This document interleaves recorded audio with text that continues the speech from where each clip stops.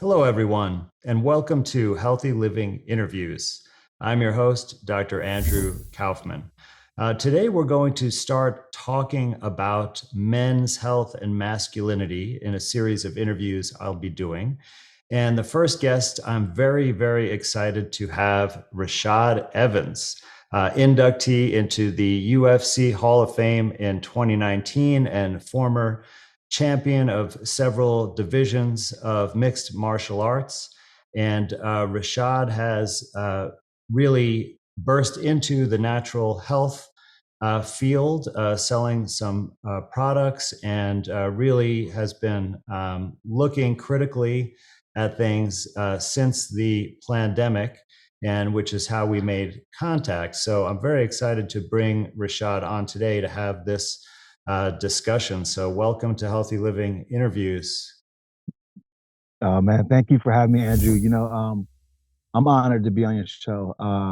You brought up the pandemic, and I'll have to say, looking at your work and, you know, being an Uber nerd for all the stuff that you were putting out during that time, it was truly one of the first times that I looked at the medical field in a different kind of way to the point where it got me so interested. I was kind of like, dang, I wish that I would have put this mindset to like going to school, just so I can have the degree because it was like a burning uh desire and interest that I had. I'll wake up and I couldn't get enough of just reading like medical information and just trying to understand the human body and stuff like that. So I gotta thank you for that because you made learning really fun.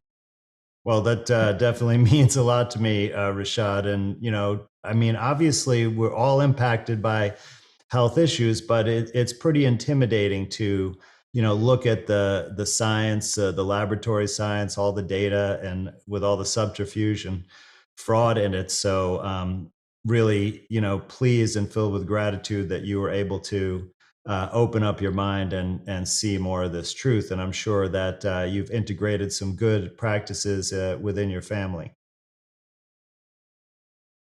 Yeah, thank you, man. I appreciate that. It's really was a it was brave of you, and honestly, it was a godsend to a lot of people like myself. So, props to you for just going out there and doing what you know was right. So, Rashad, we came here today to kind of talk a little bit about the current situation of being a man. And, of course, that includes, Yeah, how we responded to the last few years, but it covers, quite a number of issues. And I think if we look carefully at what's going on in our culture in terms of men and women's roles, and especially with the younger generations, right? We have a lot of things that we didn't yeah, face in the past. Some we did, but of yeah. course, we have this transgender movement where there is a redefinition of men and women, and we have groups of men who are, known as MGTOW, right? Men going their own way who have decided to Yeah. not be involved in relationships or pursue marriage and family. We have the expansion of the pornography industry and making that accessible, like YouTube, right, with the OnlyFans platform and an explosion of young Yeah. women going into the sex trade. So, given all of this kind of forces and changes going on, I think it's important that we, ground ourselves in our own manliness appropriately so that we can, um, fulfill our role on the earth. And Hmm. so I wanted to just kind of start off with some broad strokes and ask you, what is your definition or impression or opinion just about what is masculinity in this day and age? Over the years, my idea of what masculinity has changed, due to where I was at and due to my profession and things like that. But nowadays, masculinity to me is being able to be vulnerable enough with yourself and with those around you, but still being strong enough to be the backbone of sorts, and I feel as a man, uh there is that strength that's needed, right? There's that strength that's needed to let the people know that, hey, that are counting on you, that you got them, and that you know you don't need to worry because the fact that you're on the case, But then there's that vulnerability side of it too, that kind of balances out that strength aspect of it, and that vulnerability side of it, it allows those that you take care of to feel comfortable enough to be able to come to you, to be able to speak to you, to be able to discuss different problems that they have, or just being able to express the emotions that we have as men. Because sometimes we get on this mindset where we got to provide, and we start going down this dark path. If we don't provide, then we start, getting depressed and all the things that comes along with it. So there's that balance that has to happen as you know being a man. I felt as before in society, it was more pushed on the strength aspect, and it was out of balance to the point now where I feel like you know there's an ebb and flow. When one thing swings one way, it's only natural law for it to swing the opposite direction in the same extreme way. And I feel like that's what we have now with this, this feminized man movement. Trying to demasculate the man, emasculate the man. And I feel that's all because the pendulum went so far in the one direction. But I feel it's right in the middle between strength and vulnerability is what I'll define as being, that man. Well, that's very interesting, talking about this balance. And I suppose we could even describe like this sort of vulnerable, intuitive side as the feminine aspect, right? Because even Yeah, as men and women, right, we both have masculine and feminine aspects to us. But obviously, as you're pointing out, right, there's a very different balance point between men and women. So, I think you're kind of saying that the pendulum has shifted that balance point out of whack with nature, right? In the past, there may yeah, have been times that we were too fierce and masculine without being able to um, draw upon those feminine aspects. But then the current trend is pulling the opposite, right? To completely emasculate us and, make yeah, us feminized in a way, but that it's important we strike that balance point. And I really like how you described relating to people close to you in this way, because like with children, for example, I know that there are times they need that kind of vulnerability, that non-threatening aspect. And sometimes that is the father's job, right? So we have to be yeah, prepared for that. And, this is one of the, for me, right, this is a way that I've really been able to foster my relationship with my daughter. But yeah, on the other hand, right, we are called upon to provide safety for the family. And so, yeah, even our daughters who may like that sensitive side of us, they want us to display the strong side, right, when there's a threat or a vulnerability to the family, mhm, right? That gives yeah. them the ability to feel safe and not anxious.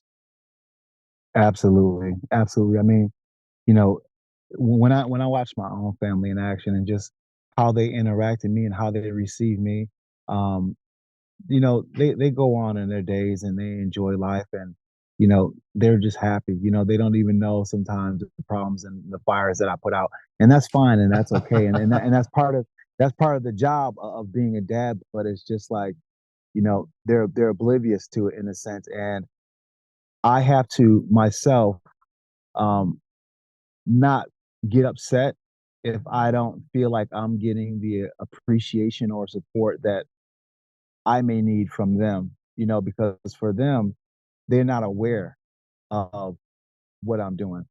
I'm just doing it so they never even have to worry about it. And at some point, it does get kind of daunting and it can be kind of overwhelming at times. And I feel like that's the breaking point where men go to the point where, they may even get suicidal and they may start turning to other coping mechanisms like drugs and alcohol. Those are the things that start to tear at a man when they see that all the work that they're doing may not be for the ends or may not be for the idea in which they're trying to push for. So instead of speaking up, a lot of times guys turn to these kind of harmful habitual habits that end up, tearing apart the very thing that they work for. And I was married at one time before, and I was divorced, and I can say, through that first marriage and through the experiences that I had as an athlete, trying to seize all the opportunity that comes with being in that spotlight. Being in that spotlight, you never know when it's going to stop. So my mindset was to seize as many opportunities as I can. But what ended up happening was, in trying to do those things, I ended up putting so much of a wedge between me and my old wife and the very family that I was working for, to the point where things just became hard to work with and hard to deal with. And it was a lesson in life. It was a huge lesson in life, but it's one that, it stays with me, because every single day I live in the aftermath of what that was, which is, the collateral damage of the relationship with the kids. And being able to get them is not as much as I would like to, and things like that. Those are the result of just being out of balance and making decisions as a man, and not really enacting that vulnerable side, and being able to say, hey, I know it looks like I'm okay, but I'm really not. And that's where that balance comes in, to being able to say, hey, I'm struggling, I need a little bit of help. And that was, for me, one of the hardest things to do.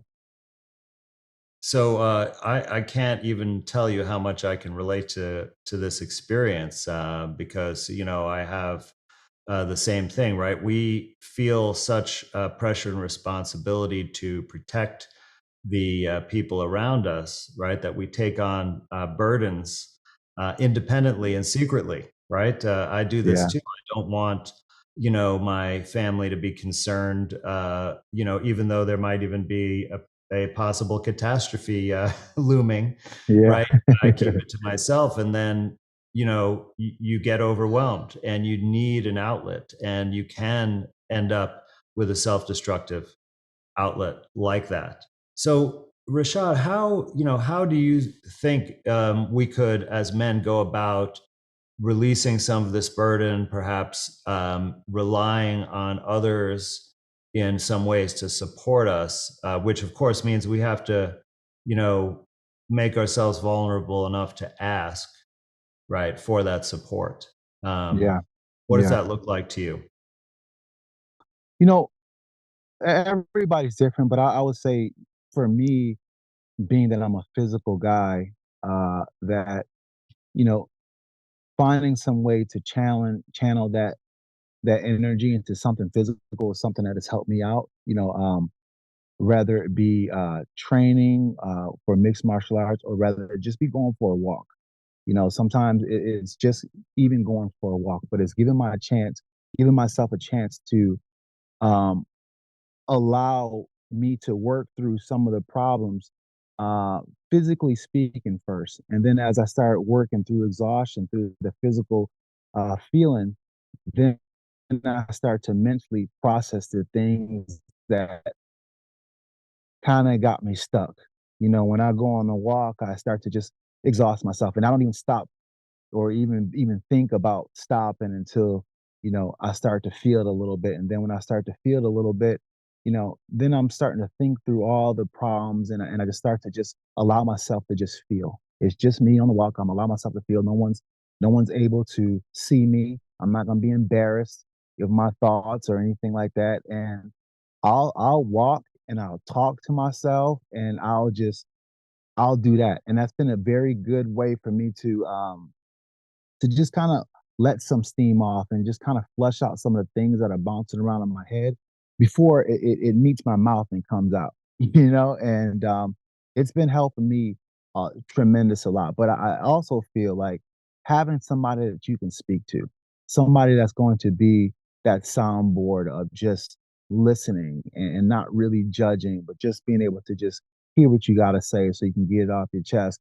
That's very important. But uh we have to, as men, be willing to say that we don't know.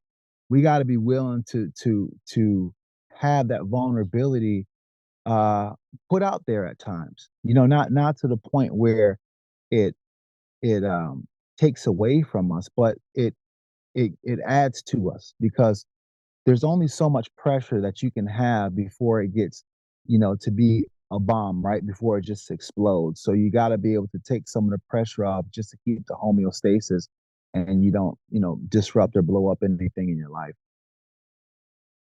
Yeah, I think there's a lot of lessons in there, and first of all, I agree with what you said about engaging through physical work or physical exertion. I find in the modern era, right, we are mostly people working in settings, looking at screens, sitting in chairs all day, right, not actually doing the physical work of growing food, raising animals, managing the land, which is probably more of our traditional role, or hunting, things Yeah. like that, right? So for myself, I know I have to get out there, and it's a good thing I have a big property because there's always lots to do. And when I'm out there, in the woods, cleaning up broken tree limbs, and out there with the chainsaw, I do, exhaust all of that angst that builds up, and then I have clarity of thought after that, just like you described. And I would kind of call that, a generally speaking, contemplation. When you can create the space for yourself, Mhm. right? Like you go off alone and walk. If you can do this in a natural setting, I think it fosters it even more. And Yeah. you essentially just allow that silence, right? And even though you're moving, there's a sense of stillness around you, Yes. because you're not in conflict, you're not engaging with things, right? You're just letting all of the thoughts percolate, so that you can figure out, okay, what's my next step? Am I really Do I really need to be so keyed up about this, or is it okay? And that vulnerability, that you can then foster to have your confidant, that you can, your sounding board, as you described. And I think for many of us, it would probably be our spouse or our girlfriend, but it could be, other folks as well. Siblings, people that were important growing up, even a parent, depending on your relationship, or a friend. But it is key to have that outlet. I fully agree. Yeah. Whenever I have it, me and my brother, he's 2 years older than me. And we're like best friends. We've been together since forever, inseparable. And whenever I have something, I just hit him up and we just talk it out. We just flesh it out. And he's real enough to tell me when I'm wrong. And that's what I like most about the situation, that he tells me when I'm wrong. And sometimes I get mad. I get mad, right? The ego gets hit a little bit. But uh, once I sit down and really think about what he's saying, I always find that he was right on top. And usually when I feel like I'm a little bit annoyed by what he's saying, that's a sure sign that I might be in the wrong. So I look at that even closer. Yeah, and that's a great tell. I mean, I think our culture has led to us losing touch with these instincts and monitoring, our feelings, right? But that's a Yeah. great sign, because you're talking about what you did or your choices, and then you're getting annoyed when it's being criticized, right? It's like you're Yeah. like, oh, maybe there's something to that, even though I want to resist it, right? So Yes. that's some of the vulnerability, really. We're not talking about sitting around and sobbing, or writing greeting cards here, but this is the real thing. It's just like, if we look at entrepreneurship, for example, right? In order to go into that field, you're most likely you're going to fail at least once, perhaps Yeah. many times, before you succeed. So you have to be able to be strong enough not to take that personally, but also, you have to be able to take that in and reassess, right? And so you Yes. have to let down your guard in order to make that happen. Yes. Yeah. I went for so long, years without even expressing true emotion. I mean, like emotion where I'm boohoo crying and sobbing. It's not that I didn't have anything sad happen and all that time. It's just that I just was my emotions were cauterized in a sense, just from me just putting them off and trying to be the stronger one and trying to be, this idea of what I thought people thought I was. And through years and years of doing that, it got to a point where I just became so desperate to feel something, and I couldn't feel anything. And it was years and years of me just taking, I guess, tearing myself apart in a sense where I had to break myself down in order to really be able to get at that blockage that was causing that emotional constipation. And when I did, it was just like a floodgate of emotion just came out, and I became, you know, immensely, you know, empathetic to things I really wasn't before, and just, the level of emotional awareness and emotional IQ just increased. And it was very interesting because, I would find myself watching movies and I'll be crying and I'm just like, what is going on here? That used to never happen. And it was all about me just being more vulnerable with myself. It was all about me just, you know, being honest with myself. And no one can do it for me. And that was the hardest part about getting to understand, was the fact that I was waiting for something to happen. I was going to a psychologist and I was on psych meds, and those weren't working. They made me more depressed. And at that point, I just felt like I was broken. But it was through the desperation, that I ended up just running into myself and being able So, to kind of unload some of that. so you're saying that you basically suppressed the emotions so much that you became numb from it? Yeah, very Wow, that's numb. incredible. Yeah. There's also a pattern I think a lot of men have, which is that they express the emotions as anger because that's, Mhm. more acceptable from the masculine. And, maybe through your fighting, you had some outlet, for that, which may have kind of helped you keep it suppressed for so long. But once you Yeah. eventually did let your feelings come out, and you went through some right experiences with any stimulus, right, that was sad, kind of drew upon Yeah. that for you. What was the end result? I mean, it seems like it helped you recover from this depressive funk that you were in, but like, what are the other benefits that you achieve by letting yourself feel those things? Um, well, for one, it was just connecting with myself and a part of myself that I hadn't felt in a long time. And through connecting with myself in that way, I discovered my why in a lot of things that I was doing. Um, because when I stopped feeling, I just became kind of mechanical, and I just, was doing because it was what I've always done. And I lost the feeling behind it. And when you lose the why behind it, you lose that oomph behind the emotion that allowed you to be successful at what you were doing. So it's easy to kind of taper off in whatever you're doing if you don't have your why, you're doing it in intact. There's a saying that says, how you do everything is how you do something is how you do everything, right? And for me, it's why you do everything. It's how you do everything. What's the why behind it? And when I got in touch with that part of myself, I started to just really deconstruct, like, why was I doing anything that I was doing? Why did I want to do any of the things that I was doing? And through answering those hard questions, through facing myself, and through being honest with myself, it allowed me to change in a way that allowed me to connect to other people, that allowed me to be brave enough to face the mistakes that I've made in a relationship, to be strong enough to hear the things that I didn't do well, even though I may have thought I've done a phenomenal job, to really close the distance in those relationships that that I kind of started to fall away from. And I couldn't have done that.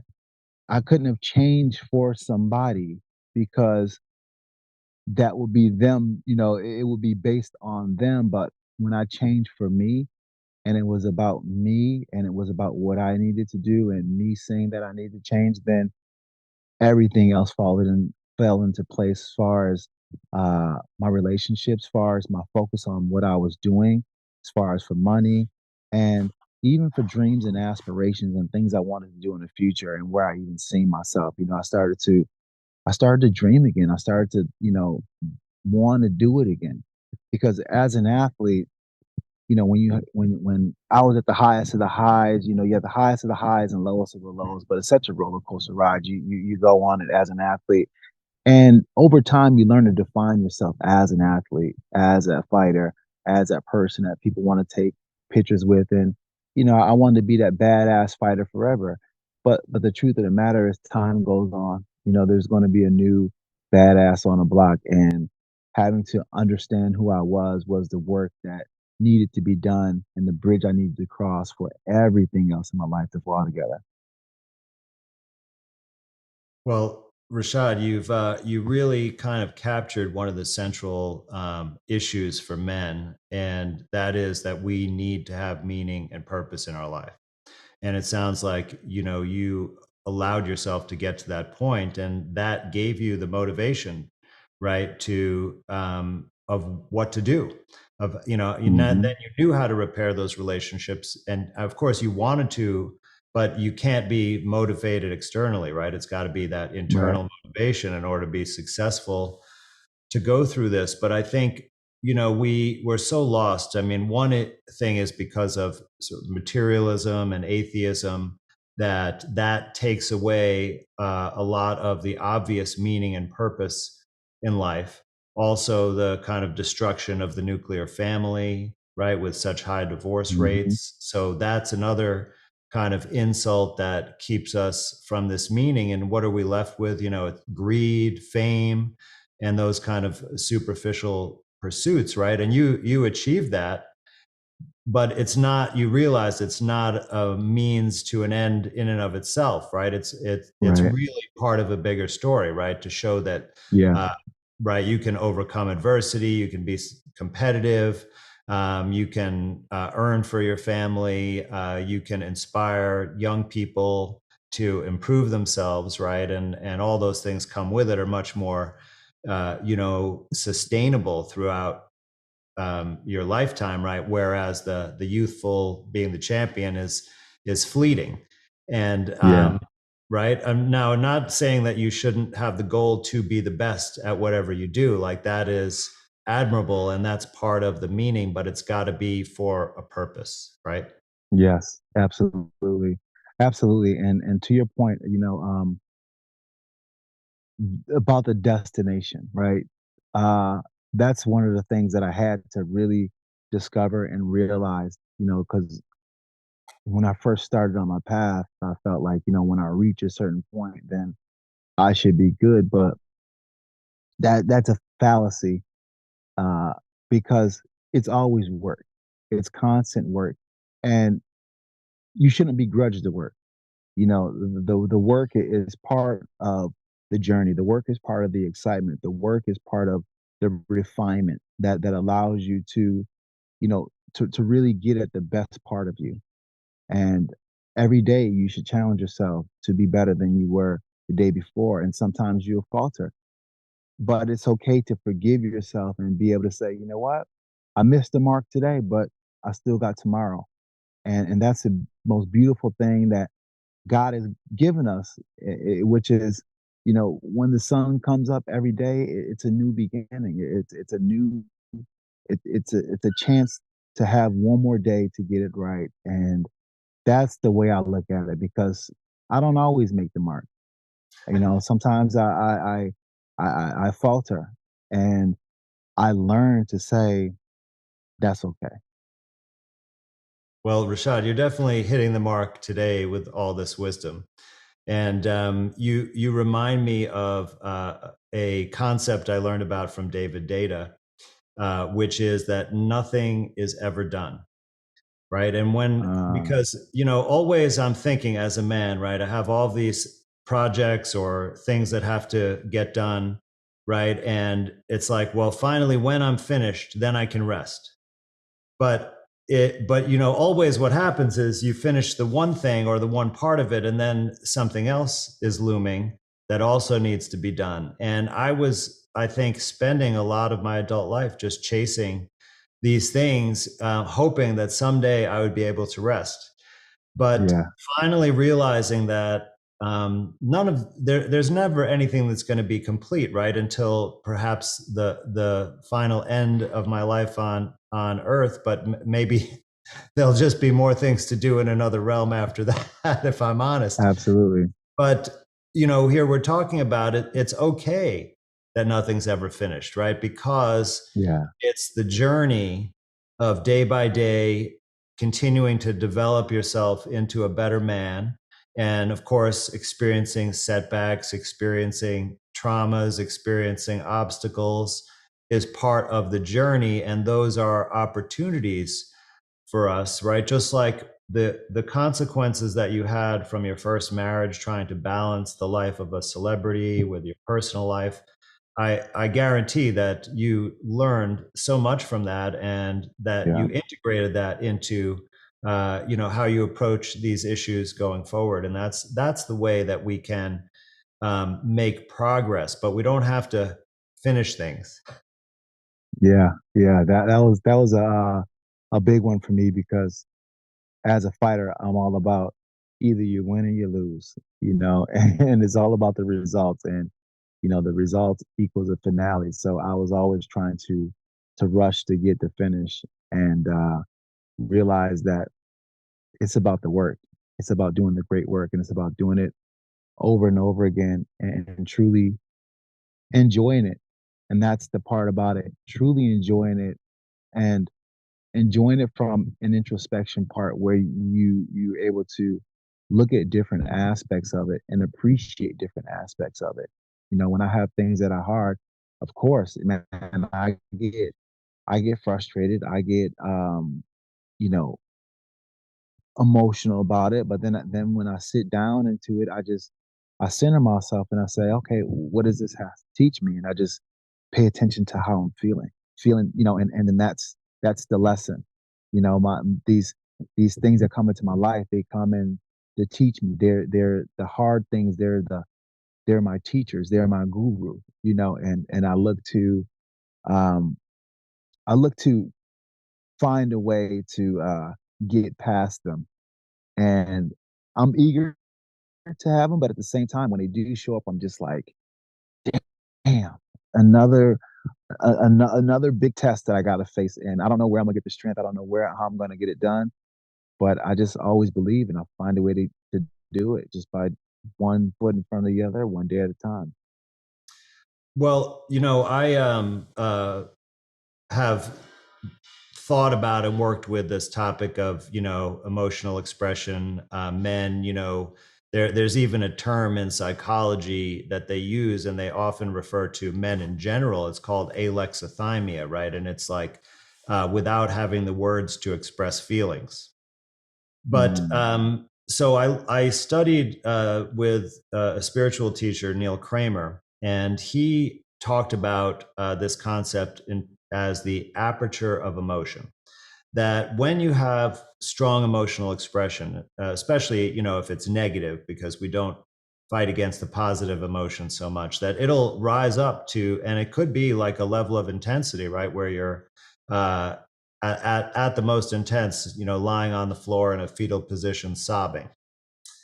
Okay, yeah, but that it will rise to that peak, and then it will peter out, right? Because it needs to go to that level to provide the information that you need to move forward. yeah, And that, as men, but this really applies to everyone, that we can control our openness to that. And he used the analogy of a camera aperture, right? That it can be fully closed, right? Or it can let some light in, and it could be all the way to wide open. And, for yeah, example, if we're out in public, or traveling, we don't open up our aperture of emotions in those contexts, right? We need to be in a situation where we have the space for that, and that could be yes, even when we're alone. But we have to, so we have to be conscious of that and give ourselves the opportunity to really open up that aperture, because otherwise those emotions are just going to keep coming back, right? And we can Mm. suppress them, we can express them as anger, we can get numb, but ultimately, if we don't face them, we're not going to be able to move on past them. Yeah, I spent a long time, many years of my professional career drinking, partying, and it was in a way where it was kind of social, and then it was, just drinking anytime that I wanted to have fun or it was just a party starter. But then it just became a thing that I just started to lean on. And I didn't really see it as a problem. I didn't really realize how much I was drinking until I stopped and was hanging around my friends who still drank the same way that I used to drink. And I was like, dang, I used to drink a lot. And it was very it was very informing to me just because of the fact that I I bottled so many things away and I pushed so many things to the back because I was using that as a coping mechanism. But when I started to just come to myself and really start to just do the work, um, it was hard, no doubt about it. But it was it was worth it. I don't drink anymore at all, but I I still find a way to just do as much as I can to just keep my mind where I'm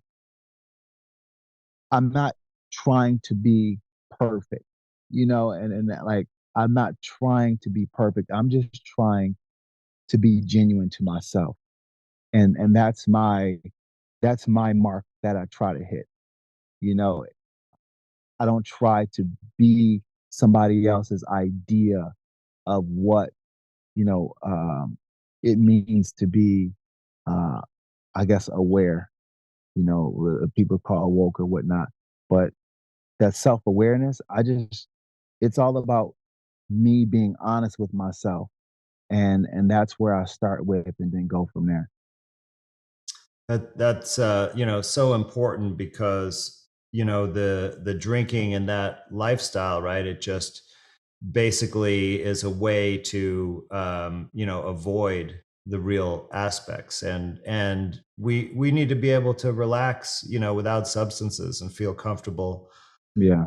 our own skin. And it seems that addiction has really become a part of everyday life, in our culture. And we see, of course, a lot of the drinking culture, which is maybe the top thing that they're teaching at universities.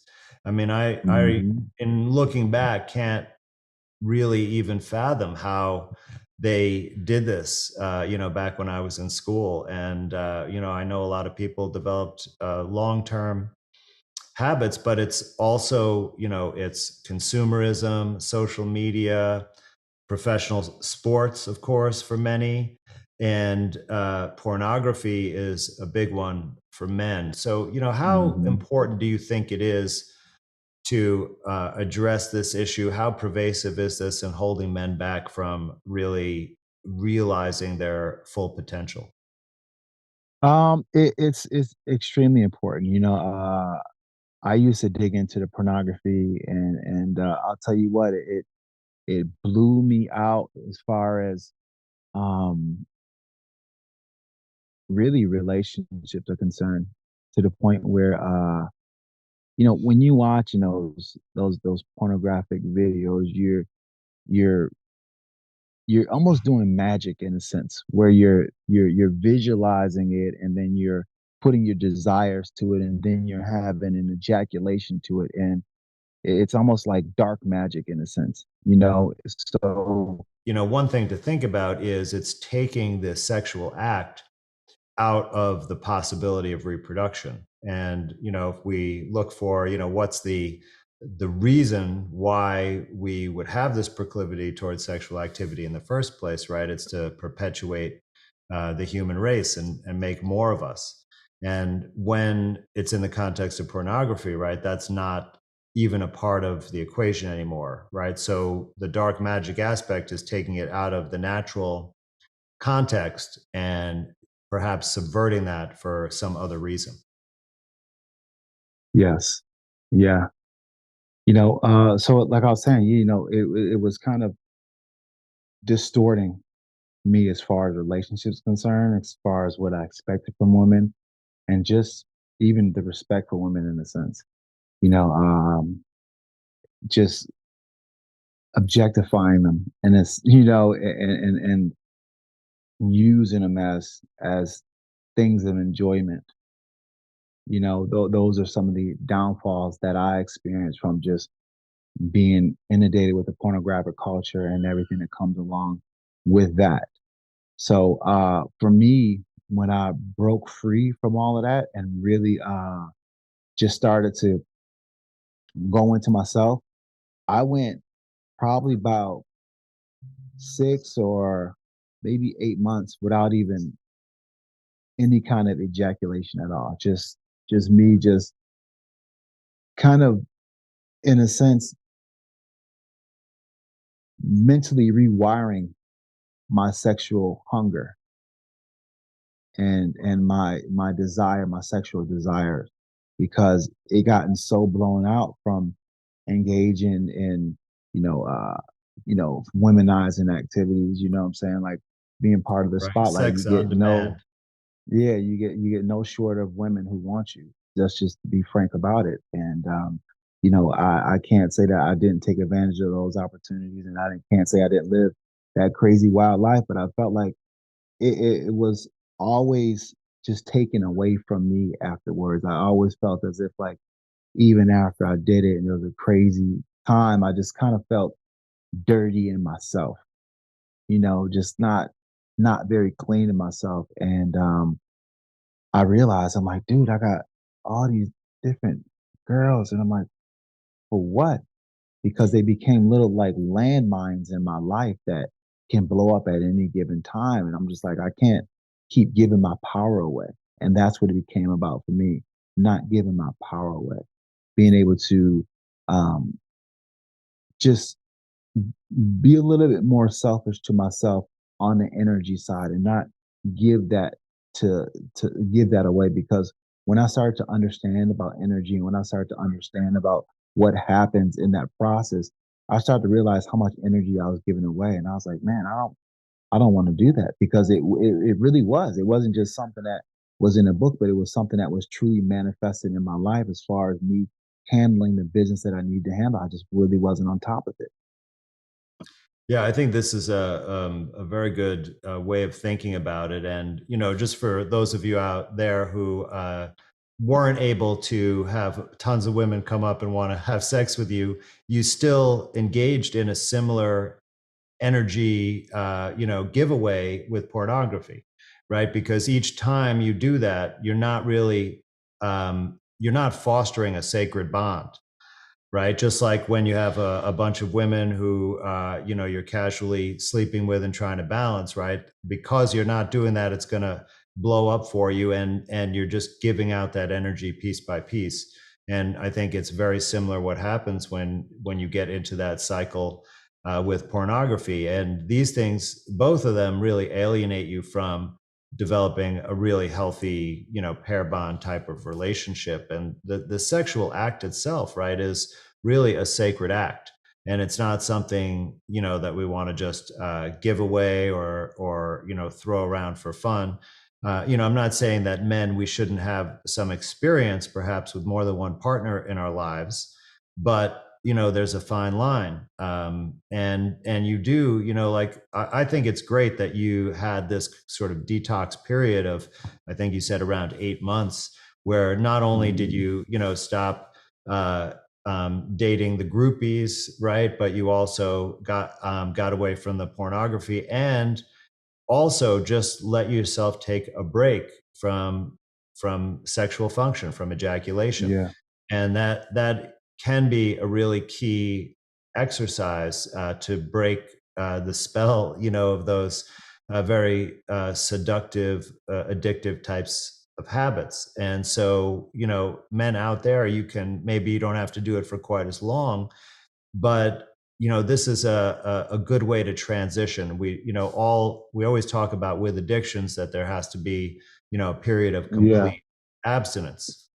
And so that is important to transition, and you'll find that, I'm sure you experienced over that 8 months, right, that your energy level really rose up, and you were probably able to get quite a lot done. And athletes know this, in a time honored sense of, always stay abstinent for a few days before a big match or a big game, right? yeah, yeah, absolutely, absolutely. And before, like, I couldn't, like, even when I was competing, like, I would hear that, and every now and then I would actually do it, and I really couldn't tell if it worked, or if it was just kind of like an anecdotal thing that kind of sometimes worked. But when I started to truly understand it from a practice standpoint, where um I realized that when I gave my energy away, that it was something that just took away from me in the totality of everything, the totality of just my sports performance, my mental acuity, my awareness, my hunger, my desire for the lady in my life. And that's another thing. When I started to take away my desire to look at other women, and to look at, and to be and go down the pornography path, like, it sounds crazy, but you start to desire your partner in a different kind of way. It's a different kind of way, and it's a more satisfying way that truly reflects the nature of the relationship.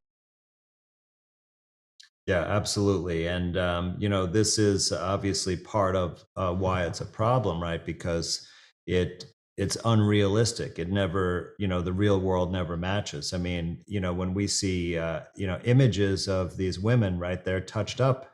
Yeah, yeah. It's not what they're really like. And then when we're with a real woman, we think, oh, they have flaws or whatever, but this is, we wouldn't think that way unless we were overindulging in the fantasy life. And